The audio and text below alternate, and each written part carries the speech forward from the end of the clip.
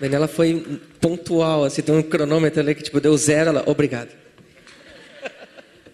Obrigado, sensacional. Eu acho que o que tu falou também do númerozinho, né, a rodinha girando ali do Facebook, também o que é o combustível também para vocês buscarem esse número girar cada vez mais e mais e mais, né? Isso é muito legal. E assim, a ideia aqui é justamente trazer casos inspiradores para pessoas como vocês que estão na plateia, provavelmente tem alguma associação com isso ou tem interesse de ajudar, para justamente inspirar e trazer esse conhecimento também para vocês.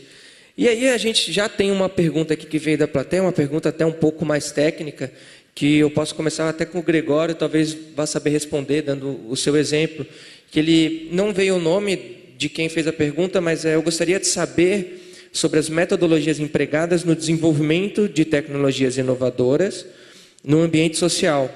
Então, metodologia ágil ou startup enxuta, como que tu organiza a tua equipe e se você utiliza alguma ferramenta ou método de gestão para essa tua equipe hoje no Universo.mob.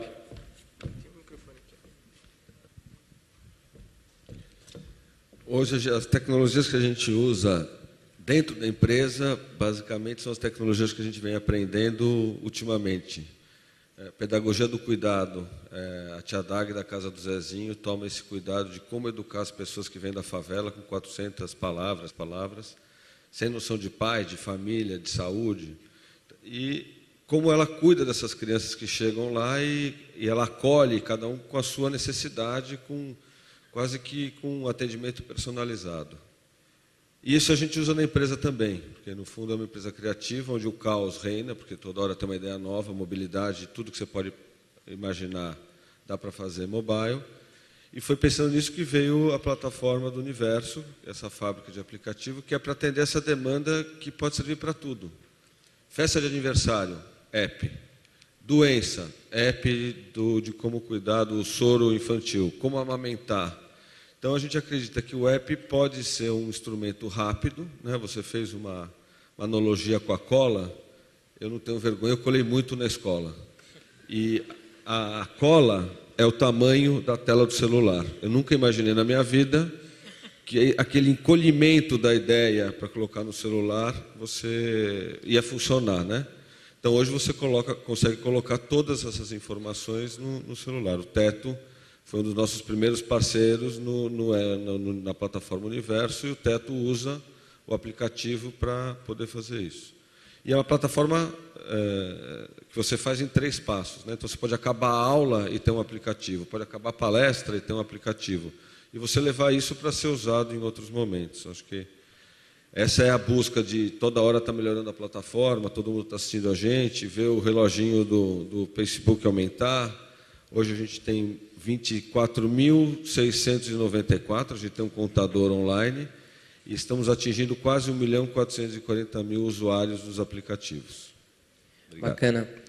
Adelise, enquanto não chega a pergunta do auditório, eu queria direcionar uma pergunta para você, de perguntar para você o seguinte: você já tinha experiência antes de desenvolvimento de sites, até ligados a e-commerce, se eu não me engano? Isso. E aí você teve a ideia de, já que eu sei fazer isso, por que não fazer uma ação social, fazer o Padrinho Nota 10 para mobilizar para uma causa nobre? Legal. Eu queria saber que aprendizado você teve no Padrinho Nota 10 que você não teve nesses anos de experiência com a tua plataforma de e-commerce e tudo mais, tanto pessoais quanto profissionais mesmo, sabe? Até com talvez redes sociais e tudo mais. Então, o Facebook, por exemplo, foi uma coisa totalmente diferente. Porque uma coisa é você ter uma página de uma empresa, né? No meu caso, que a minha empresa vende livros, né? É um e-commerce de livros. Então, uma coisa é eu no Facebook falar sobre livros e, assim, entre aspas, tentar empurrar os livros para os pobres curtidores. Outra coisa é um Facebook para uma causa, né? Nossa, não tem comparação. Então, realmente, nesse caso, eu aprendi muito mais com o projeto no Facebook por que eu aprendi na minha empresa. Bacana. Eu vou chamar agora a Sam ao palco, que ela vai trazer um panorama aí do que está rolando nas redes sociais, perguntas para vocês também. Enquanto ela sobe, eu vou direcionar para o Lucas aqui uma pergunta que chegou da plateia. como não se intimidar diante das ameaças dos prejudicados/afetados pelas petições? Exemplo, criei uma comunidade, grupo no Face para discutir problemas do condomínio onde moro.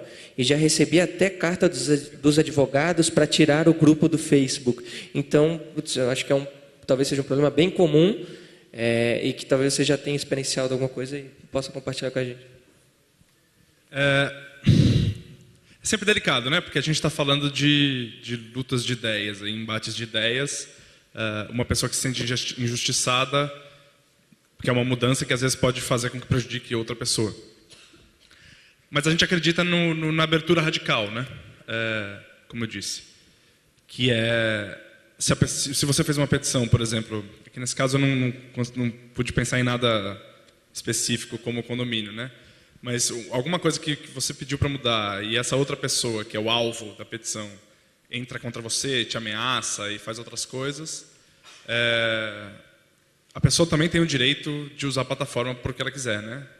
As plataformas de mobilização estão aí para as forças se equilibrarem, né?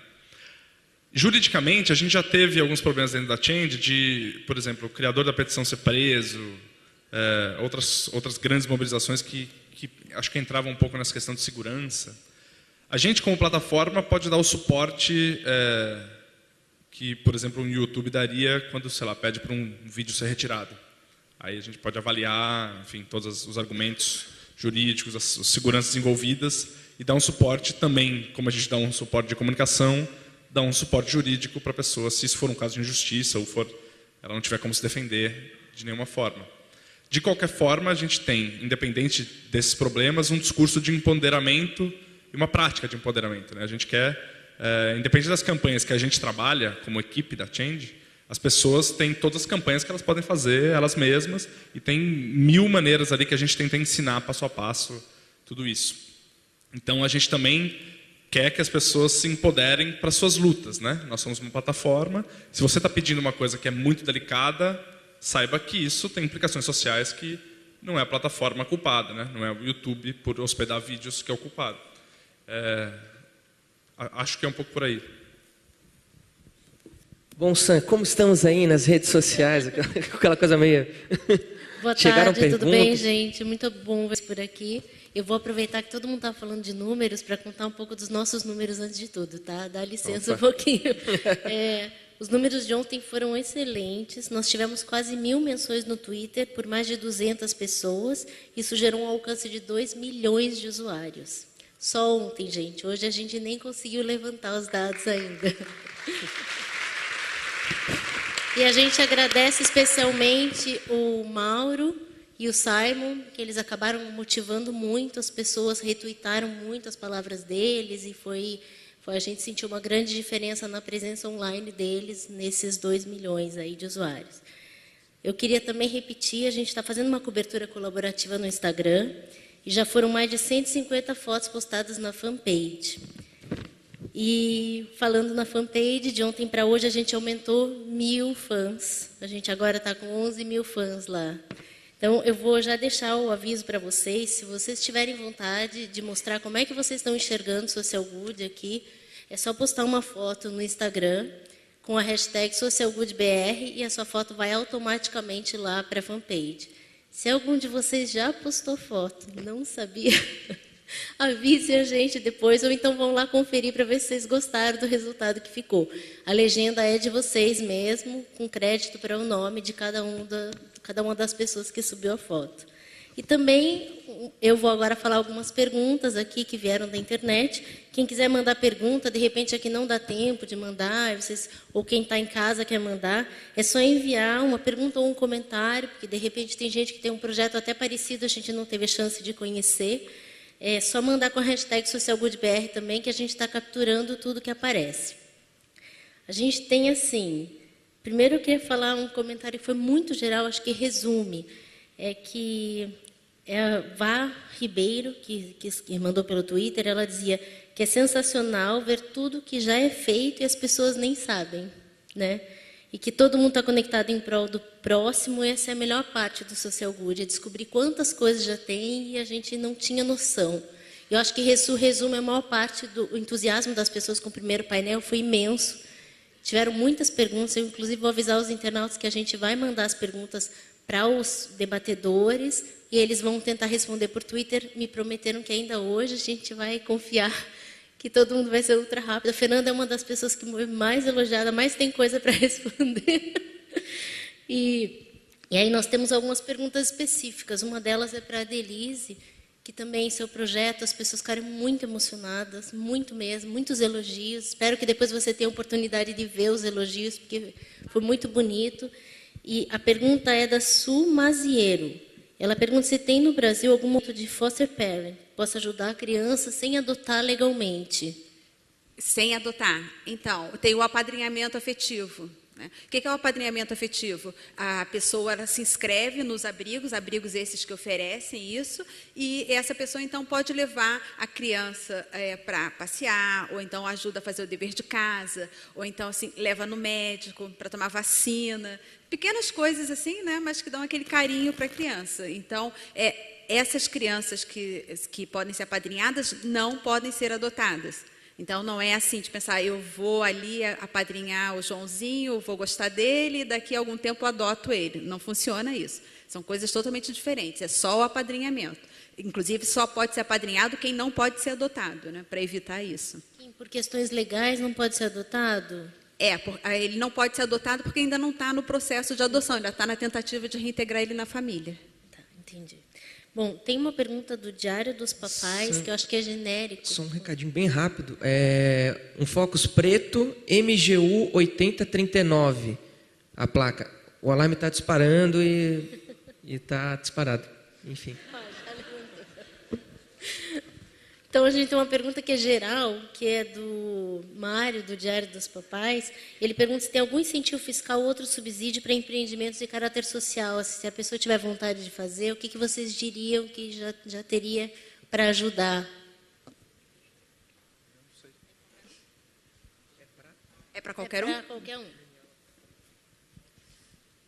Tem um incentivo fiscal, o CIP, que é a Organização da Sociedade Civil de Interesse Público, e que aí empresas que têm uma margem de lucro acima de 34% têm um desconto se elas fazem um investimento. Eu não sei exatamente esses números, mas existe essa possibilidade, o teto é o MOCIP, mas acredito que devam ter tem outros incentivos fiscais em relação à Lei Rouanet, outros tipos de incentivo nesse sentido, mas pessoas físicas também podem ajudar, enfim, não sei se tira muito a dúvida. Tira um pouco, mas acho que também, eu vou até avisar, pessoal, a gente está anotando como pautas, né, Fernanda, para a gente abordar no Social Good, no blog, então vocês fiquem ligados no blog, que a gente vai tentar também responder um pouco melhor lá. Eu entendo que você quis dizer que tem alguns incentivos que podem ser regionais, né? Então. Ou de uma área específica como essa da cultura. Então, exatamente. A gente teria que destrinchar alguns para poder contar melhor. Exatamente. A outra pergunta, que repetiu uma pergunta de ontem, que eu prometi que eu ia falar hoje, então eu estou trazendo, como lidar com a questão da privacidade e o ativismo social, porque as pessoas têm medo de se expor. E daí até muitas pessoas comentaram, quando estava a Isadora aqui, que a casa dela foi apedrejada, foi notícia em todos os jornais, e foi inclusive no jornal Hoje agora. Então, o Twitter, na hora que a gente falou dela, foi todo mundo comentando. Como é que faz para separar? E se algum de vocês tiver interesse de comentar, acho que era interessante, que já é uma dúvida de ontem. Olha, eu acho que a gente está no mundo e cada vez a gente vai ter que se expor mais e estar preparado para essa exposição e saber lidar com isso. Se a gente quer realmente fazer mudanças e se expor, o caso da Isadora é um exemplo que a gente tem que apoiar ela e não ficar só de longe, ou o caso do teto que o pessoal coloca a mão e vai construir, né? Acho que você tem, na minha opinião, não tem como você se esconder hoje, você tem que se expor. Uma perguntinha da plateia para o Lucas, se existe a intenção de alguma petição virar política pública e qual a participação do Estado nas petições? Política... Não, na verdade, a gente acredita muito na mudança pontual de alguma coisa muito específica. Então, por exemplo, uma recente ali que teve, eu quero que seja reformada o ponto, a estação tal de trem de uma linha em Porto Alegre, por exemplo. A gente acha melhor uma petição assim do que uma petição queremos um transporte público melhor no Rio Grande do Sul. Isso, você pede isso para quem? Então a gente tenta fazer com que as pessoas peçam coisas realizáveis, pontuais e etc. Uma política pública eu não vejo muito como isso. Mas é claro que de uma coisa que você pede, uma articulação que se faz, né, uma mobilização que está colocada, acho que pode ter como uma consequência, sem dúvida. Acho legal. Abertos a possibilidades. Assim, pensem em petições para a gente trabalhar nesse sentido. E sobre o papel do Estado, normalmente eles são os alvos, né? Mas eles podem não ser também. Enfim, a gente acredita no poder das pessoas. As pessoas, o Estado são pessoas. A gente não pode não esquecer disso, que são pessoas sentadas em cadeiras com determinados poderes de decisão, que podem ser elas peticionadas ou elas podem, não na sua função de Estado, mas querer mudar alguma coisa no seu bairro. Enfim, essa é a abertura geral. Mas especificamente mais do que isso, eu não sei exatamente o que você quis dizer com o governo, o Estado junto, né? Mas talvez o papel do Estado seja dar atenção ao que está pois é, sendo gerado. Como com cidade democrática, eu acho que tem coisas parecidas por aí, né? Geralmente é para quem se pede alguma coisa, né? A gente tem uma última pergunta que tem muita relação com o que você acabou de falar. Então, mas acho que todos podem opinar. Do R. Corman. Dizer que há pouco nós tivemos eleições, eu até vou abrir um parênteses e falar, ontem todos nós, de alguma forma, acompanhamos a eleição do Obama, foi inevitável, né? E como se falam que as redes sociais podem contribuir para discussões sobre os candidatos e as suas políticas? E o que vocês enxergam sobre isso?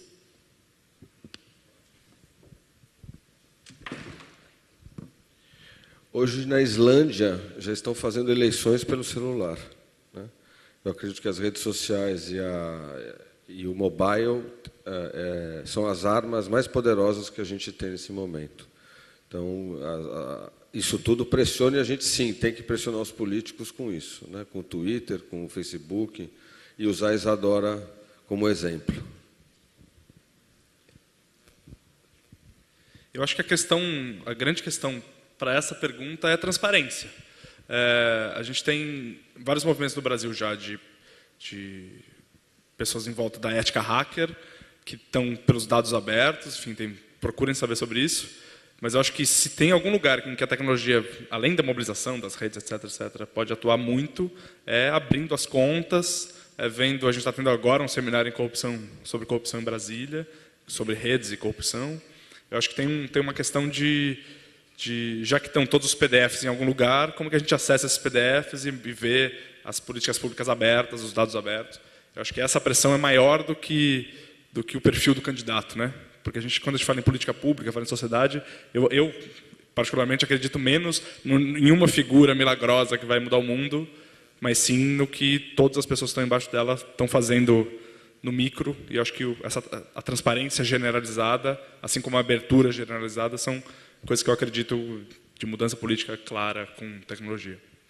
E acho que agora em São Paulo também a gente conseguiu ver um movimento muito forte e totalmente apartidário. Assim, aconteceu antes do segundo turno das eleições um show, um festival, Existe Amor em SP, que foi uma movimentação totalmente apartidária e que foi iniciada nas redes sociais e que foi isso, assim, foi uma mobilização não para dizer votem no partido X ou Y, estamos torcendo para tal ou tal. Não, foi uma mobilização que queria mudança, uma mobilização política totalmente, que mostrava que a gente queria uma mudança, mas que não precisava tomar nenhum partido, nem nada disso. Então, mostrou a participação social, assim, totalmente, e mobilizou milhares de pessoas, assim, foi incrível. Uma última pergunta, já que a gente tem 2 minutos, que eu queria fazer para a Daniela, uma curiosidade. Que assim, o Teto, ele é uma organização que ele tem um fim bastante específico, que é o desenvolvimento de comunidades carentes e tudo mais. O Facebook tem um papel importantíssimo para vocês, né? Tanto que tu fica lá contando o número de pessoas, até porque a partir dali tu já consegue se comunicar com muitas pessoas rapidinho. Aí vem um desafio para vocês. Como que, assim, a gente enche de informações nas nossas timelines diariamente, aparece lá piadas, aparece, enfim, fotos do casamento de alguém, foto da amiga, etc. Como que vocês fazem para sensibilizar as pessoas o ano inteiro, sabe? Porque, assim, eu acho que uma vez ou outra alguém vai se sensibilizar com aquilo. O desafio de vocês é como que consegue manter essas pessoas. Vocês têm, além do Facebook, talvez uma outra forma de agregar essas pessoas assim para que mantenham um contato mais diário, e-mail, alguma coisa assim, né? Um grupo de pessoas mais engajadas pessoalmente até, sabe? Então, a gente tem, assim, no próprio Facebook, a gente tenta falar sobre o assunto pobreza, é um assunto que incomoda, né? Não é um assunto que nem uma piada, uma foto engraçadinha. Então, é um assunto que incomoda. Então, a gente tenta trazer um conceito que a gente usa muito no Teto, que é a denúncia positiva. Então, a gente vai colocar fotos das crianças nas comunidades ajudando na construção, as famílias trabalhando junto com a gente, uma foto de um abraço do voluntário, né, que mostra a relação do voluntário com a família, esse vínculo que acaba sendo criado durante as construções. Então, a gente tenta posicionar muito nesse formato para que as pessoas entrem em contato com o assunto, mas de uma forma interessante e instigante, mas não da forma trágica e da forma que traz a criança, né, toda ali sentada dentro de um córrego e tal. Enfim, a gente tenta trazer muito o lado positivo das comunidades, o lado das famílias que querem melhorar a vida e tudo mais. Outras formas de comunicação, assim, a gente tem uma base de dados também, que as pessoas se cadastram no nosso site, colocam um e-mail lá, e a gente conversa com elas por e-mail. Então, a gente tem um boletim mensal para essas pessoas, para sócios, parceiros também. Então, o pessoal que doa mensalmente, contribui com o trabalho do Teto, que a gente chama de amigos do Teto. Então, essas pessoas recebem informações mensalmente e também, quando a gente tem atividades, a gente passa por e-mail, a comunicação, né, é feita por e-mail e por Facebook. O Twitter a gente ainda também é pequeno, a gente não descobriu ainda qual o melhor formato de falar com as pessoas que estão ali no Twitter também acompanhando o nosso trabalho, que não é a mesma coisa que o Facebook, não adianta postar o mesmo conteúdo. E também instâncias dentro do escritório do Teto. Então, tem o trabalho do bastidor, né? Tem o trabalho das pessoas dentro do escritório. Então, tem os diretores, os coordenadores e os voluntários que estão trabalhando ali com a gente no dia a dia, que são 300 pessoas, mais ou menos, para organizar as construções, os eventos. Então, nesses momentos, a gente também tem esse efetivo relacionamento com os voluntários. Então, ali no escritório, em reuniões semanais, quinzenais, jornadas. Então, é muito importante para a gente também esse contato pessoal. Ok. O dono do carro, enfim, por favor, se apresente, que está rolando um estresse lá fora, que é o Focus preto, a placa eu não tenho aqui, gente. Né? Um Focus preto. Quem tiver, vai lá fora, já faz uma confraternização entre os donos de Focus.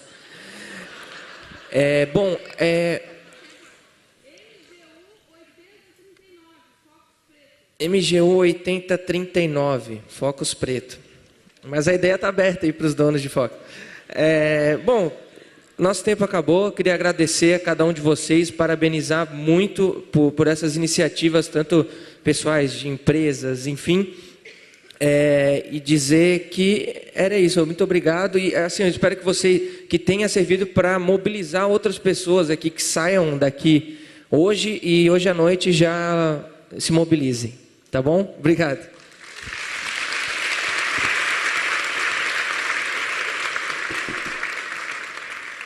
Obrigado, Rafael. Muito obrigado a todos os painelistas. Foi um prazer ouvir a todos. Sobre questões como essa de incentivo fiscal, nós no ICOM trabalhamos com esse apoio institucional a organizações e podemos apoiar nessas informações.